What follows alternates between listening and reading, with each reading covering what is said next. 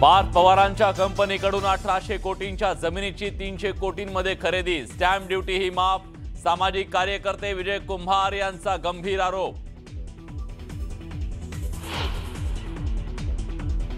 जमीन गैरव्यवहार प्रकरणाशी कुठलाही संबंध नाही, 3-4 महिन्यांआधी माझ्या कानावर आलं होतं, मी सांगितलं चुकीचं करू नका, अजित पवारांनी झटकले हात। पुणे प्रकरणात अतिरिक्त मुख्य सचिव विकास खारगेंच्या अध्यक्षतेखाली चौकशी समिती स्थापन, मुख्यमंत्री देवेंद्र फडणवीसांचे निर्देश।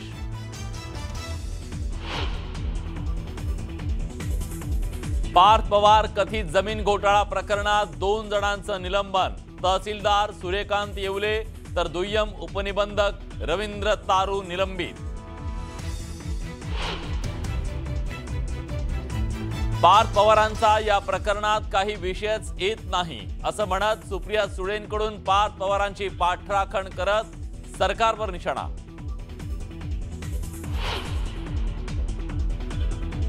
शेतकरी कर्जमुक्त झाला पाहिजे ही मागणी म्हणजे टोमणा आहे का? उद्धव ठाकरेंचा मुख्यमंत्री देवेंद्र फडणवीसांना थेट सवाल।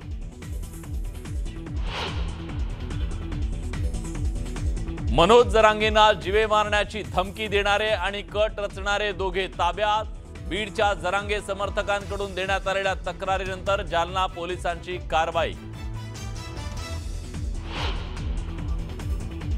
सीएसएमटी स्थानकात रेल्वे कर्मचाऱ्यांचा आंदोलनाचा पवित्रा, मुंब्रा अपघात प्रकरणी इंजिनियरवर गुन्हे दाखल झाल्यानं आंदोलन, लोकल खोळंबल्यानं प्रवाशांना मनस्ताप।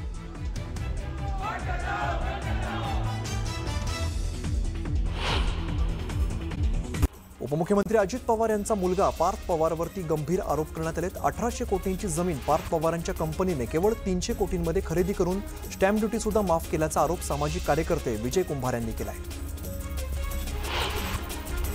महाराष्ट्राची लूटमार करण्याचे प्रयत्न सुरू आहेत। पार्थ पवारांनी सर्व नियम गुंडाळले, 1 लाखांचं भांडवल असलेल्या कंपनीला हे कसं शक्य होतं असा सवाल अंबादास दानवेंनी उपस्थित केलाय। 48 तासात स्टॅम्प ड्युटी माफ तर 27 दिवसात व्यवहार पूर्ण झाला। पार्थ पवारांना जी सवलत दिली ती सर्वांना द्यावी असं दानवे म्हणाले। कथित जमीन घोटाळा प्रकरणामध्ये चौकशीचे आदेश दिलेले आहेत, या प्रकरणाची सगळी माहिती मागवलेली आहे असं मुख्यमंत्री फडणवीस म्हणाले। अजित पवार अशा गोष्टींना पाठीशी घालणार नाहीत असंही फडणवीस म्हणाले। पुणे जमीन गैरव्यवहार प्रकरणामध्ये अतिरिक्त मुख्य सचिव विकास खारगेंच्या अध्यक्षतेखाली चौकशी समिती स्थापन करण्यात आली आहे। पार्थ पवारांवरती करण्यात आलेल्या आरोपांची ही समिती चौकशी करणार आहे। जमीन गैरव्यवहार प्रकरणी मुख्यमंत्र्यांकडून चौकशीचे आदेश देण्यात आलेत। कुठलीही अनियमितता असल्यास अतिशय कडक कारवाई केली जाणार अशी माहिती मुख्यमंत्री फडणवीसांनी दिली। पार्थ पवार कथित जमीन घोटाळा प्रकरणात 2 जणांचं निलंबन करण्यात आलेल्या तहसीलदार सूर्यकांत येवले आणि दुय्यम उपनिबंधक रवींद्र तारू यांना निलंबित करण्याचे निर्देश देण्यात आले। जमीन गैरव्यवहार प्रकरणावरती नितेश राणेंनी प्रतिक्रिया दिली आहे। मुख्यमंत्र्यांनी चौकशीचे आदेश दिलेत, आपला असेल किंवा विरोधक असेल, जो कोणी दोषी असेल तो सुटणार नाही असं नितेश राणे म्हणाले। कोणताही घोटाळा केलेला नाही, कोणतंही बेकायदेशीर कृत्य केलेलं नाही असं म्हणत अजित पवार यांना आरोपांना उत्तर देणं कधीच टाळत नाहीत अशी प्रतिक्रिया रुपाली पाटील ठोंबरेंनी दिली आहे। जमीन व्यवहार रद्द होण्याची आवश्यकता आहे, जमीन देणाऱ्या आणि घेणाऱ्या दोघांवरही गुन्हा दाखल व्हावा तर ईडी आणि सीबीआय आता झोपली आहे असा सवाल काँग्रेस नेते विजय वडेट्टीवारांनी केला आहे। जे कोणी दोषी असतील त्यातील एकालाही सोडणार नाही, जमीन गैरव्यवहार प्रकरणात सखोल कारवाई केली जाईल अशी माहिती चंद्रशेखर बावनकुळेंनी दिली। वतनाची जमीन घेण्याचा अधिकारच नाही, त्यामुळे जमीन गैरव्यवहार प्रकरणाची निवृत्त न्यायाधीशांमार्फत चौकशी व्हावी, वतनाची जमीन घेणाऱ्यांवरती कायदेशीर कारवाई व्हावी अशी मागणी सचिन खरात यांनी केली आहे। मी शेतकऱ्यांसाठी मागणी करतोय, यात टोमणे कुठून आले? शेतकरी कर्जमुक्त झाला पाहिजे, टोमणा आहे का असा सवाल उद्धव ठाकरेंनी फडणवीसांना केलाय। मी घरी बसून माझा महाराष्ट्र वाचवला, मी घरी बसलो म्हणता पण तुम्ही बाजार बसले लोक आहात असा हल्लाबोल उद्धव ठाकरेंनी केलाय। उद्धव ठाकरे घराबाहेर पडले याचा मला आनंद आहे, निवडणुका डोळ्यासमोर ठेवून ठाकरेंचा दौरा सुरू आहे, पराभवानंतर ठाकरे बाहेर पडलेत अशी टीका फडणवीसांनी केली आहे। ठाकरेंच्या दौऱ्याकडे शेतकऱ्यांनी पाठ फिरवली आहे, लोक पकडून आणणं सुरू आहे असंही फडणवीस म्हणाले। राहुल गांधींचा हायड्रोजन बॉम्ब म्हणजे फुसकी लवंगी असल्याची टीका मुख्यमंत्री फडणवीसांनी केली आहे. तर लोकांचा लोकशाहीवरचा विश्वास राहू नये असा राहुल गांधींचा प्रयत्न असल्याचा आरोप फडणवीसांनी केला आहे. शहापूरमध्ये ठाकरेंच्या शिवसेनेला खिंडार पडलंय. जिल्हा परिषद आणि पंचायत समिती निवडणुकांच्या पार्श्वभूमीवर कसारा विभागातील 200 कार्यकर्त्यांनी शिंदेच्या शिवसेनेत जाहीर प्रवेश केलाय. शिवसेना नेते प्रकाश पाटील, आमदार शांताराम मोरे आणि ठाणे ग्रामीणचे जिल्हा प्रमुख मारुती धिरडेंच्या उपस्थितीत हा पक्षप्रवेश पार पडला. पुण्यातील मनसे पदाधिकाऱ्यांच्या बैठकीत राज ठाकरेंनी शाखाध्यक्ष आणि पदाधिकाऱ्यांना फटकारलेला आहे. राज ठाकरे यांच्याकडून बैठकीत मनसे पदाधिकाऱ्यांची कान उघडणी करण्यात आली आहे. कामं करायची इच्छा नसेल तर पद सोडा, इतके दिवस काय काम केलंय दाखवा, असंही त्यांनी सांगितलंय. शिवसेना खासदार संजय राऊत आजारी असल्याने त्यांनी सार्वजनिक जीवनातून ब्रेक घेतला. दरम्यान अशा परिस्थितीत सुद्धा त्यांचं काम सुरू असल्याचं दिसतंय. संजय राऊतांनी एक ट्विट केलेलं आहे.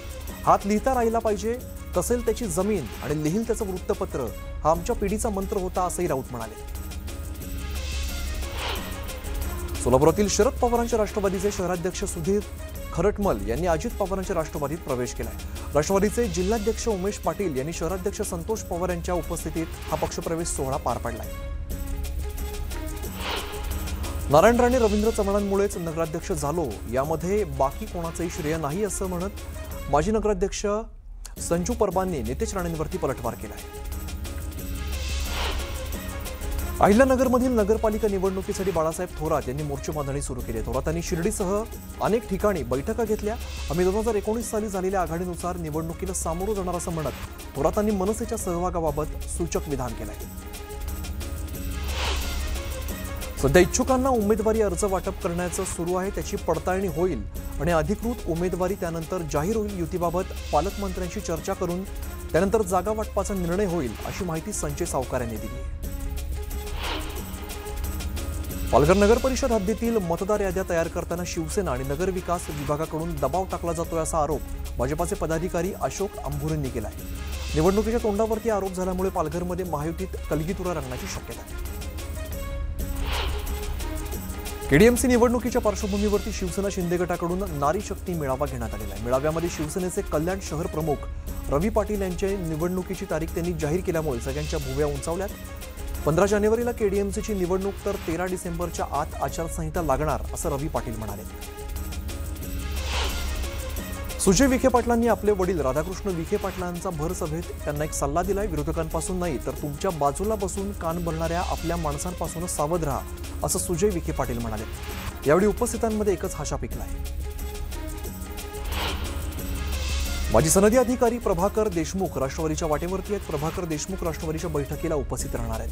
प्रभाकर देशमुख राष्ट्रवादी काँग्रेस शरदचंद्र पवार पक्षाचे सातारा जिल्ह्यातील प्रमुख नेतृत्व आहे. त्यामुळे आता शरद पवारांच्या राष्ट्रवादीला मोठा धक्का बसणार आहे. नेवासाचे माजी आमदार बाळासाहेब मुरकुटे यांनी भाजपाची साथ सोडत राष्ट्रवादीत प्रवेश केला. दरम्यान नेवासात एक भव्य दिव्य मेळावा आयोजित करू, असं सुनील तटकरे म्हणाले. श्रीकांत शिंदेंनी मनसेवरती केलेल्या टीकेला मनसेचे प्रवक्ते गजानन काळे यांनी प्रत्युत्तर दिलंय. नाशिकमध्ये सत्ता असताना केलेली आमच्या तुलनेत केलेली कामं शिंदेंनी दाखवावीत. ठाणे, कल्याण, डोंबिवलीची अवस्था बकाल करून टाकली आहे, त्यामुळे यांना राज ठाकरेंवरती बोलणं शोभत नाही, अशा शब्दात गजानन काळेंनी शिवसेनेवरती टीका केली आहे. पाचोऱ्यात शिवसेना आमदार किशोर पाटलांनी भाजपाविरोधात आगपाखड केली होती. दरम्यान आता भाजप आमदार मंगेश पाटलांनी जोरदार प्रत्युत्तर दिलंय. शिक्षण मंत्री तुमचा असेल परंतु मुख्यमंत्री आमचा आहे. तुमच्या डोक्यात जर सत्तेची वेगळ्या पद्धतीने हवा गेली असेल तर तुम्ही आमची चौकशी लावून दाखवाच, असा धमकीवजा इशारा मंगेश पाटलांनी दिलाय. आमदार किशोर पाटील यांनी भाजपामध्ये प्रवेश केल्यानंतर वैशाली सूर्यवंशी यांच्यावरती कार्यकर्त्यांना वाऱ्यावर सोडल्याचा गंभीर आरोप केला होता. या आरोपांना वैशाली सूर्यवंशी यांनी प्रत्युत्तर दिलंय. मी मैदान सोडून पळून गेलेली नाही, सुरतमार्गे गुवाहाटीला गेले नाही, असं म्हणत वैशाली सूर्यवंशी यांनी आपले बंधू किशोर पाटलांना टोला लगावलाय. काटोल नरखेड विधानसभेमध्ये 35,535 मतांची चोरी झाली. घर क्रमांक नसलेले मतदार मोठ्या संख्येने आढळलेत. राहुल गांधी यांनी अनेक वेळेला पुरावे देऊन सुद्धा निवडणूक आयोग त्याकडे दुर्लक्ष करत आहे, अशी टीका अनिल देशमुखांनी केली.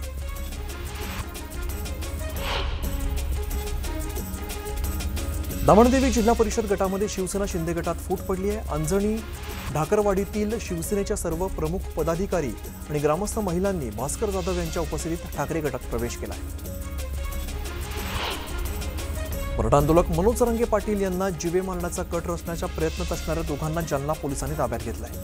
जालना पोलिसांकडे बीडच्या काही कार्यकर्त्यांनी तक्रार केली होती आणि या तक्रारीवरून जालना गुन्हे शोध पथकाने दोघांना ताब्यात घेतलं असून सध्या त्यांची चौकशी सुरू आहे.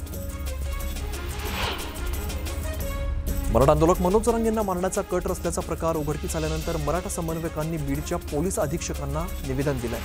मनोज जरांगे पाटलांना सुरक्षा देण्याची मागणी मराठा समन्वयकांनी केली आहे. यावेळेला धनंजय देशमुखांसह जरांगे पाटलांचे अनेक सहकारी उपस्थित होते. मंत्रालयात उद्या वंदे मातरमचा नारा घुमणार आहे. मुख्यमंत्र्यांच्या उपस्थितीत उद्या समूह गायनाचा कार्यक्रम होणार आहे. सरकारी आणि शैक्षणिक संस्थांमध्ये वंदे मातरम गायनाचे आदेश देण्यात आलेत. मात्र बहुतांश मुस्लिम आमदारांचा वंदे मातरम गायनाला विरोध आहे. त्यामुळे वंदे मातरमवरून वाद रंगण्याची शक्यता आहे.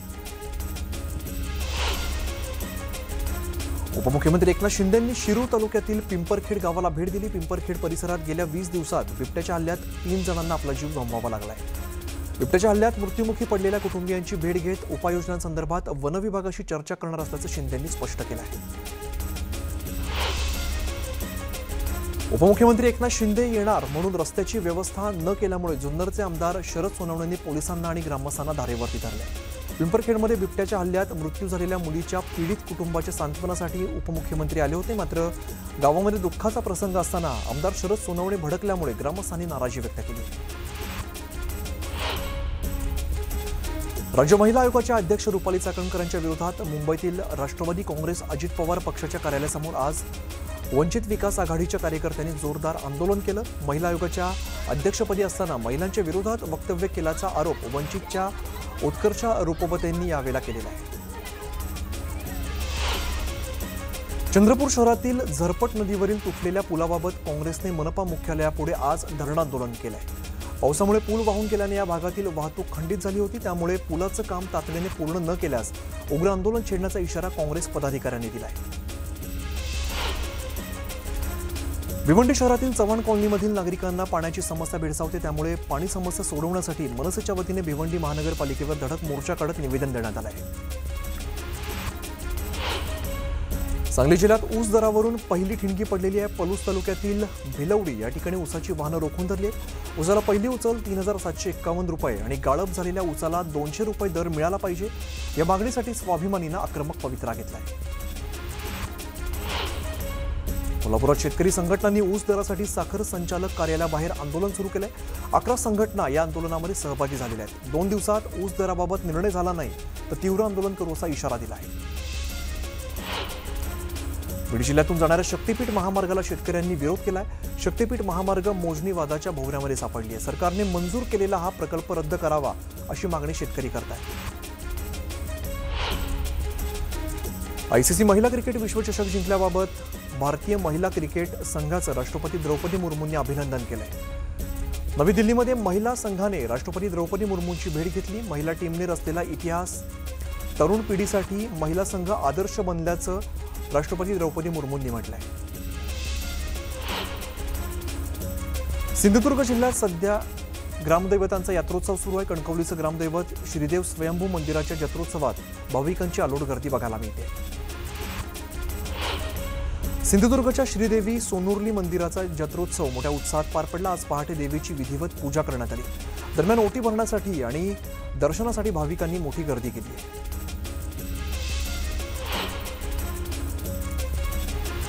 सावंतवाडी तालुका परिसरात गेल्या 2 महिन्यांपासून धुमाकूळ घालणाऱ्या ओमकार हत्तीला दांड्याने मारहाण करत हाकलून लावल्याचा प्रकार समोर आलाय. या घटनेचा व्हिडिओ व्हायरल झाल्यानंतर वनविभागाच्या कर्मचाऱ्यांसमोरच हत्तीला मारहाण झाल्याने वनविभागाच्या कार्यप्रणालीवरती नागरिकांनी संताप व्यक्त केला आहे. सोलापूर विमानतळावरती विमान लँडिंग करताना पतंगाचा मांजा विमानाच्या पंख्यामध्ये अडकला. मात्र पायलटच्या सतर्कतेमुळे मोठा अनर्थ टळलाय. या विमानातून 34 प्रवासी प्रवास करत होते. राज्य परिवहन महामंडळाच्या धुळे विभागाला यंदाची दिवाळी समृद्धी देणारी ठरलेली आहे. दिवाळीच्या कालावधीत धुळे एसटी आगाराला तब्बल 23,56,00,000 रुपयांचं उत्पन्न मिळालंय. कोल्हापूर शहराच्या प्रवेशद्वाराची धोकादायक कमान आज पाडली जाते. रात्री 10 वाजल्यापासून या कामाला सुरुवात होणार आहे. वाहतूक अन्य मार्गाने वळवण्यात आली आहे.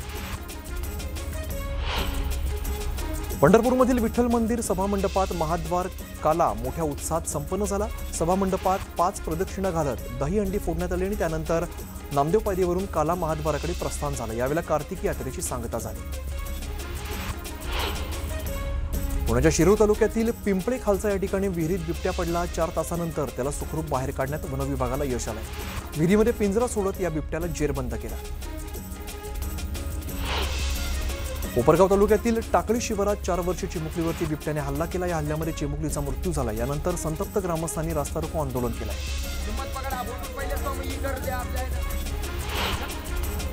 देहूरोड शहरातील मुंबई पुणे या उड्डाणपुलाखाली सध्या बेवारस वाहनांचा खच पडला. या ठिकाणी बेवारस वाहनांमध्ये मद्यपींच्या पार्ट्या रंगतात. त्यामुळे नागरिकांमध्ये असुरक्षित वातावरण निर्माण झालंय.